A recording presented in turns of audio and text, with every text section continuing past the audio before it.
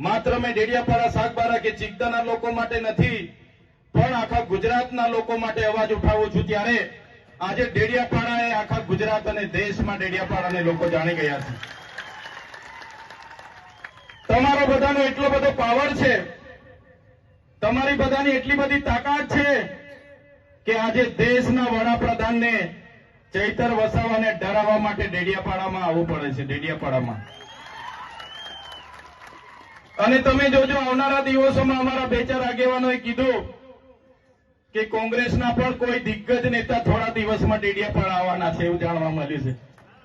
અમે તો બધાને જ કહીએ છીએ ભાઈ, દેશના નેતાઓ તો બધા આવો જ, પણ અમેરિકાથી પણ ડોનાલ્ડ ટ્રમ્પને બોલાવવાના હોય તો બોલાવી લેજો, અમને કઈ ફેર પડવાનો નથી।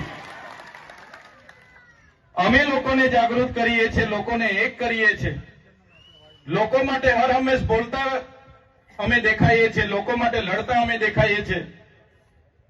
એ ચાહે વિધાનસભા હોય, એ ચાહે સડક હોય, એ ચાહે મેદાન હોય, જ્યાં પણ હોય ત્યાં લોકોની વાત કરીએ, લોકો ભેગા થાય, લોકોનો સહકાર મળે, લોકો જાગૃત થાય। એટલે આ ભાજપની સરકારને ગમતું નથી અને આ ભાજપની સરકાર આવા મનસુખભાઈ જેવા લોકોને જણાવીને અમારી સામે ઉતારે છે।